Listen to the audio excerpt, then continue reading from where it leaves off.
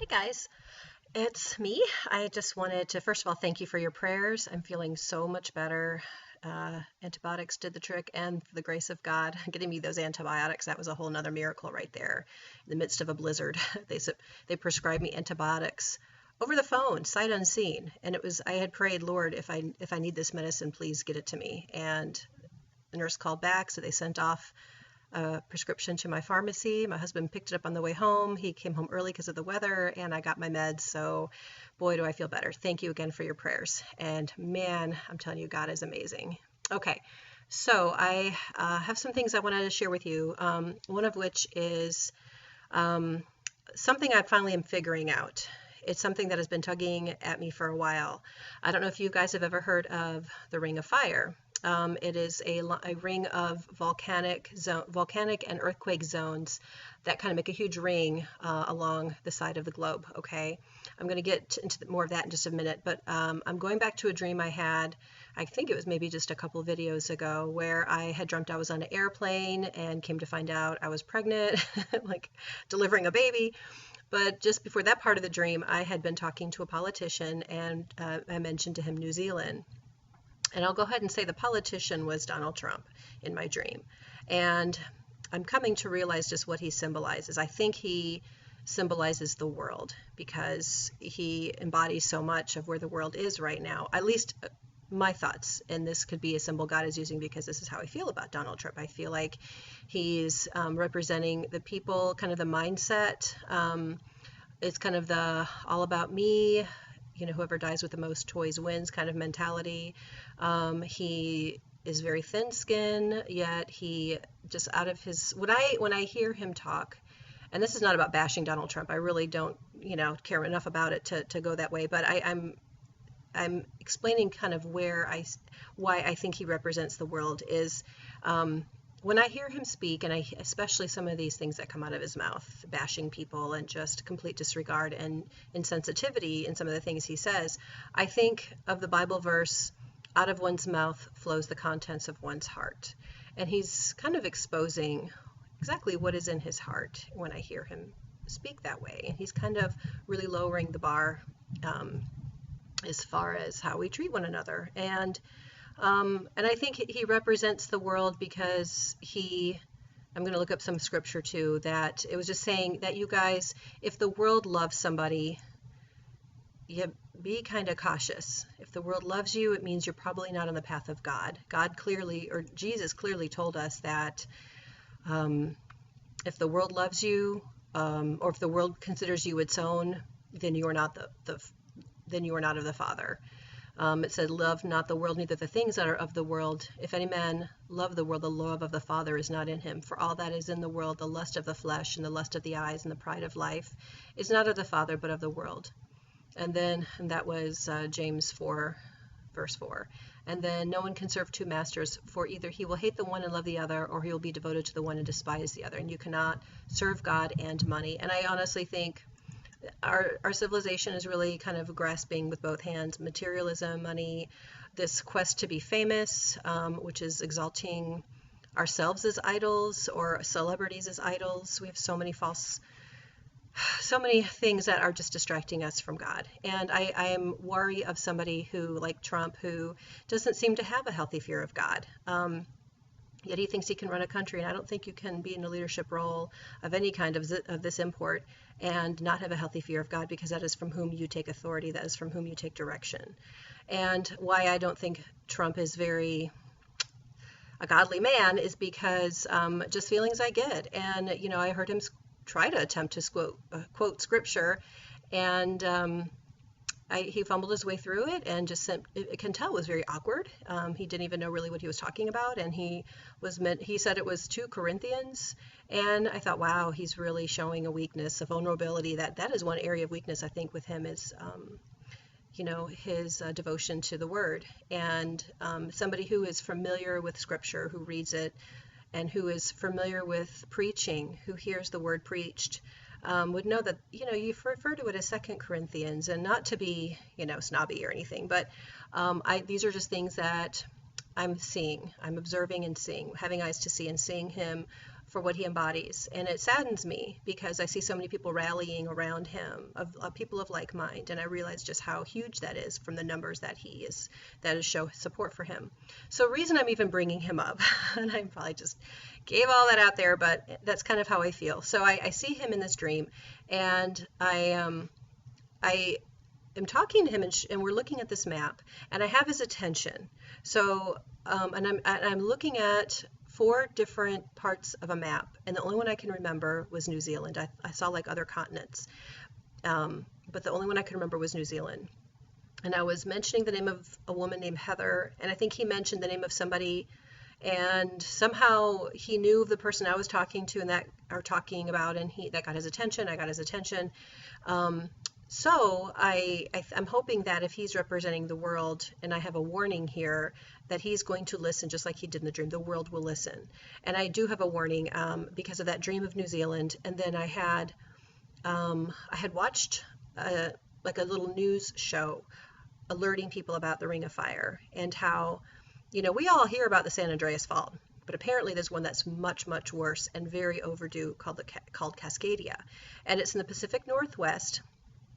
And I have this little map here, and you can kind of see, I'm sorry, it's kind of awkward here talking about it. Okay, here it is.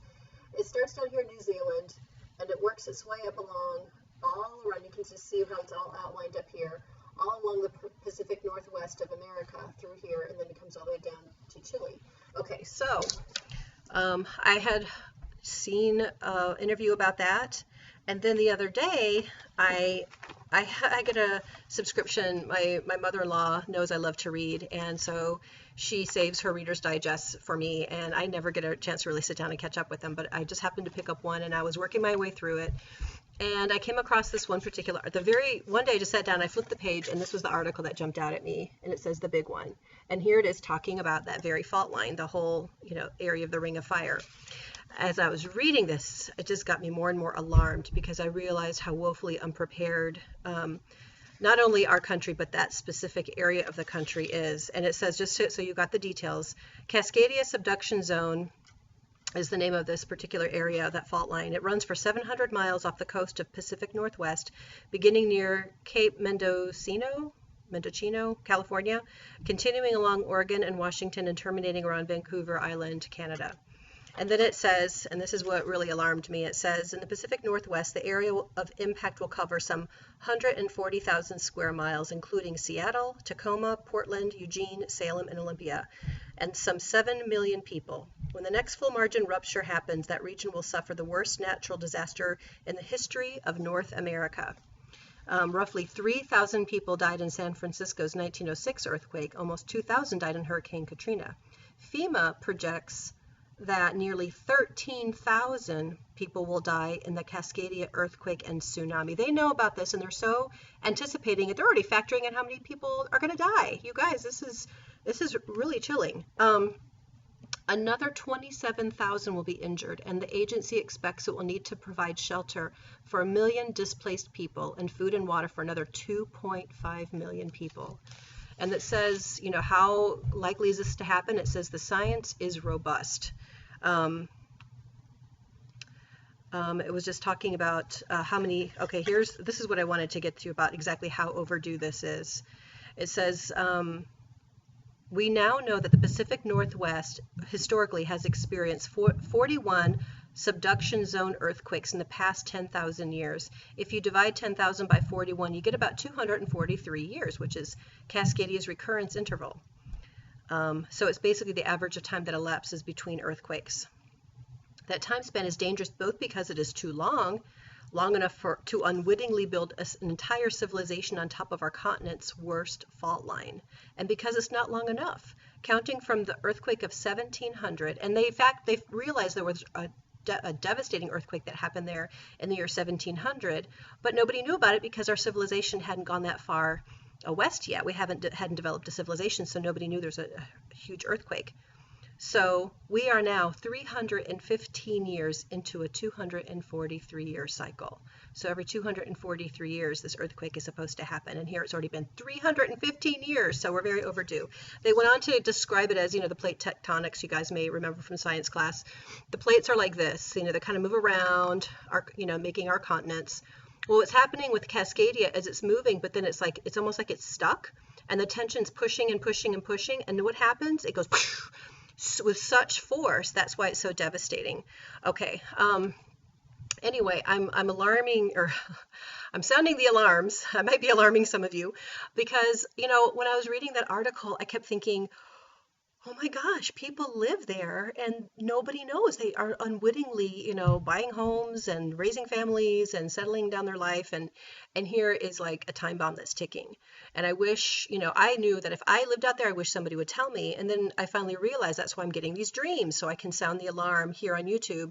If you live out there, if you know people who live out there, I'm warning you. And not that I want people to completely lose their minds and panic and go screaming to the hills or somewhere. I want you, if that is an option, but if you don't have that option, that is interesting because just my other video talked about Psalm 91. And we are going to, this is just the beginning. There's going to be so much devastation headed our way. And it's not about being gloom and doom. It's about the realization, this is what Revelation tells us. And I know even, I personally have hope that we will be gone before the worst of that. But I do think that some of us who hope to be caught up in the rapture, we're going to begin to see beginnings of this. And as we begin to witness these things happening, you must grab hold of Psalm 91 or Psalms of protection, ones that you personally feel are speaking to you. I personally feel like Psalm 91 is the anointed Psalm of protection. And certain verses with that were resonating with me when I was reading about this. I'm like, Lord, what can I tell these people? What can we do? And I heard in my heart, the verse, He hath set His love upon me, and therefore I will deliver him. He will call on me and I will lift him up. I will set him on high. And I'm kind of fumbling through the verses because I just spur of the moment trying to remember it. And he will call upon me and I will answer him. I will deliver him. And a thousand shall fall at thy side and 10,000 at thy right hand, but it shall not come nigh thee.